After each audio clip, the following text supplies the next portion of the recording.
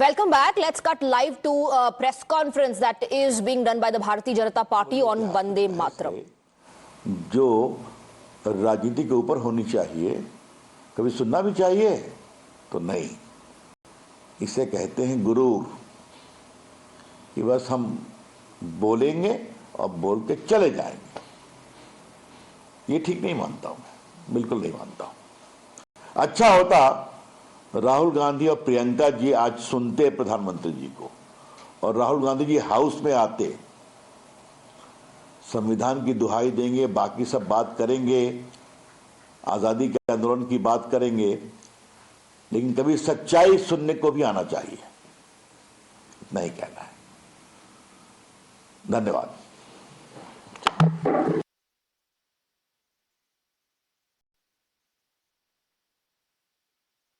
In the parliament, there's a special discussion taking place on the occasion of celebration of 150th anniversary of Vande Mataram. Prime Minister Narendra Modi, in his fiercest attack on the Congress party, hit out at the Grand Old Party and he said Jinnah opposed the national song, and the then Prime Minister Jawaharlal Nehru surrendered to appeasement politics. He also went on to say that the Congress party till date follows that agenda of appeasing to a particular vote bank. So the national song triggered a firestorm in Parliament.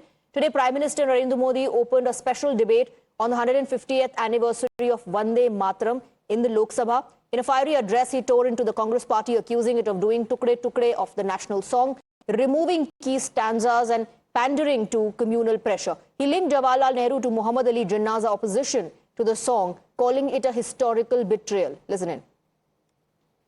Vande Mataram के प्रति मुस्लिम league की विरोध की राजनीति तेज होती जा रही थी। मोहम्मद अली जिन्ना ने लखनऊ से 15 अक्टूबर 1937 को वंदे मातरम के विरुद्ध का नारा बुलंद किया।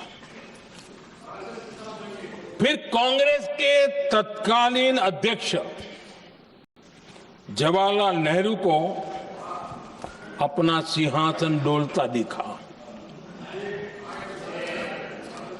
बजाय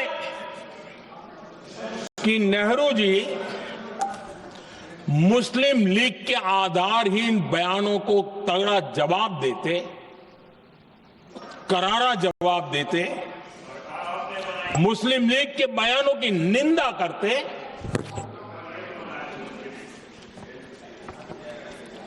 और वंदे मातरम के प्रति खुद की भी और कांग्रेस पार्टी की भी निष्ठा को प्रकट करते हैं। लेकिन उल्टा हुआ। वो ऐसा क्यों कर रहे, वो तो पूछा ही नहीं, न जाना, लेकिन उन्होंने वंदे मातरम की ही पड़ताल शुरू कर दी। जिन्ना के विरोध के 5 दिन बाद ही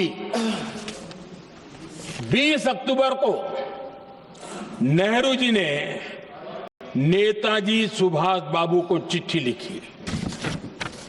उस चिट्ठी में जिन्ना की भावना से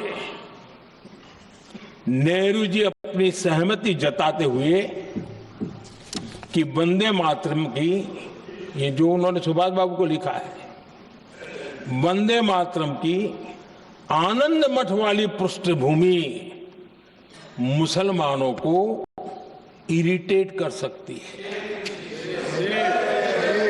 मैं नेहरू जी का कोट पढ़ता हूं। नेहरू जी कहते हैं, मैंने वंदे मातरम गीत का बैकग्राउंड पढ़ा है। नेहरू जी फिर लिखते हैं, मुझे लगता है कि ये जो बैकग्राउंड है इससे मुस्लिम भड़केंगे। The opposition hit back instantly right after the Prime Minister's attack. Congress MP Gaurav Gogoi stood up, insisting that the Congress never surrendered to the Muslim League. He said the BJP could try all it wants, but it will never succeed in tarnishing Nehru's legacy. Samajwadi Party Chief Akhilesh Yadav also weighed in, saying Vande Mataram united the country, but the ruling side always wants to claim ownership. Listen in. आप चाहे जितना भी कोशिश कर लो, आप पंडित नेहरू जी के जो उनका योगदान था उस पे एक भी काला दाग आप लगाने में सक्षम नहीं होंगे। आप चाहे पूरे कोशिश कर लो, आप एक भी उन पे काला दाग लगाने में आप सफल नहीं होंगे। हाँ, कांग्रेस वर्किंग कमेटी में और उससे पहले मुस्लिम लीग का विद्रोह था। मुस्लिम लीग ये कहना चाहती थी कि पूरा वंदे मातरम को बहिष्कार करना चाहिए, पूरे वंदे मातरम को बहिष्कार करना चाहिए। लेकिन मुस्लिम लीग को यह अधिकार कहां से मिला? और क्या मुस्लिम लीग के अनुसार हमारा देश चलेगा? क्या मुस्लिम लीग के अनुसार क्या कांग्रेस पार्टी चलेगी? कतई नहीं। हमारे उस समय के जो हमारे नेता थे मौलाना आजाद साहब, उन्होंने स्वयं कहा कि मुझे वंदे मातरम में कोई भी आपत्ति नहीं है। यह फर्क है कांग्रेस के मौलाना आजाद और मुस्लिम लीग के जिन्ना के बीच में। और उन्होंने लाख कोशिश करने के पश्चात भी, लाख दबाव डालने के पश्चात भी 1937 के कांग्रेस वर्किंग कमेटी में के सेशन में यह निर्णय लिया गया कि जहां पर भी नेशनल गैदरिंग होगी वहां पर हम शुरुआत में वंदे मातरम के पहले दो पंक्तियों को हम गाएंगे।